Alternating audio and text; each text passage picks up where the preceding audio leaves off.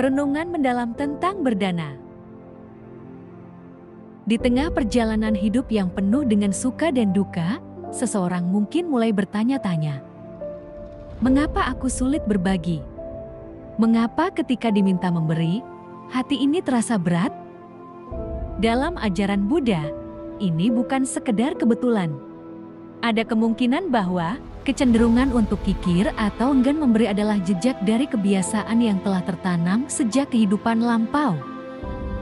Dengan merenungkan ajaran tersebut, saya mulai memahami bahwa kemungkinan besar di masa lalu, saya bukanlah seseorang yang murah hati. Mungkin saya terlalu melekat pada milik pribadi, takut kehilangan, atau terlalu sibuk mengejar kepentingan sendiri, sehingga lupa akan manfaat dari berbagi. Maka, tidak mengherankan bila dalam kehidupan saat ini, saya merasa sulit untuk berdana, memberi dengan tulus tanpa pamrih. Namun, pemahaman ini tidak datang untuk menyalahkan masa lalu. Justru inilah awal dari transformasi. Bila kekikiran adalah warisan yang terbawa dari kehidupan sebelumnya, maka saat inilah saya diberi kesempatan untuk mengubahnya. Kekikiran bukanlah takdir abadi. Ia bisa ditundukkan dengan latihan batin dan kebajikan. Terlahir di keluarga yang serba pas-pasan, serba cukup, atau bahkan kekurangan, adalah cerminan dari karma masa lalu saat saya enggan berbagi, menutup mata terhadap penderitaan orang lain. Tetapi, saya tidak ingin mengulangi pola yang sama. Mata rantai kekikiran itu harus diputuskan demi masa depan yang lebih cerah, baik secara materi maupun batin.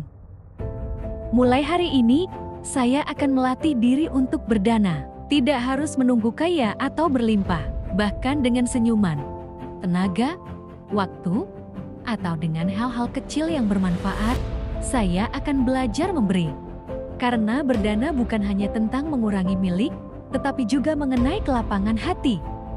Dengan berdana, saya melatih diri untuk melepaskan, untuk tidak melekat, dan untuk merasakan kebahagiaan dalam memberi.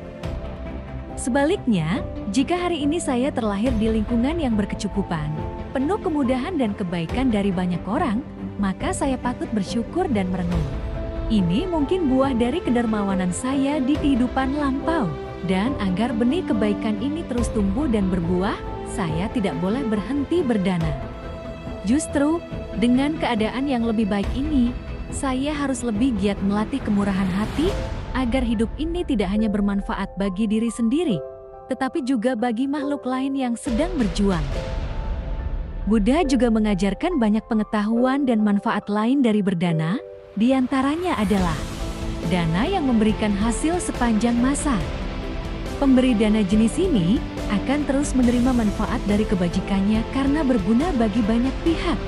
Selain itu, ia juga akan terlahir di alam surga, mantap dalam dhamma, dan diberkahi dengan kebaikan. Berikutnya adalah dana yang membuat penderma seperti seorang Sotapanna.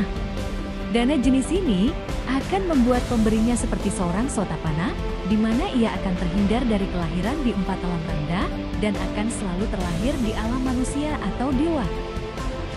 Semasa menjadi bodhisatta, beliau juga melakukan perenungan tentang berdana saat mengalami beberapa kondisi.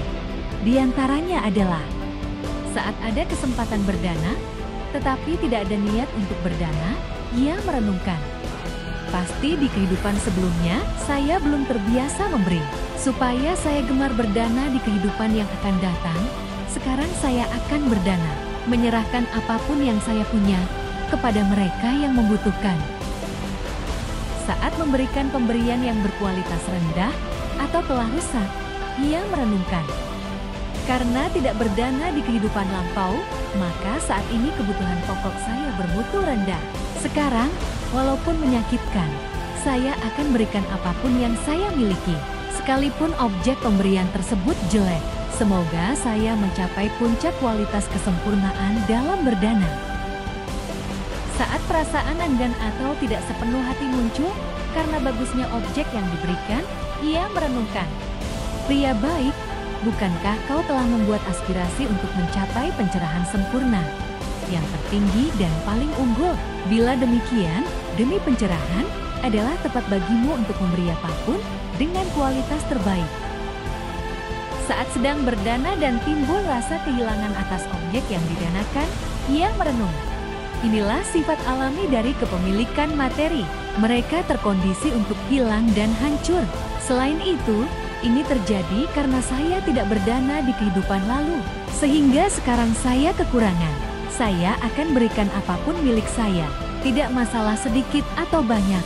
Semoga dengan ini saya mencapai puncak kualitas kesempurnaan dalam berdana.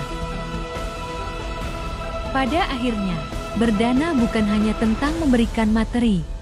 Berdana adalah latihan untuk melepaskan keakuan, membuka hati, memberi dengan tulus, dan menumbuhkan welas asih, hingga mencapai kesempurnaan untuk terbebas dari belenggu batin.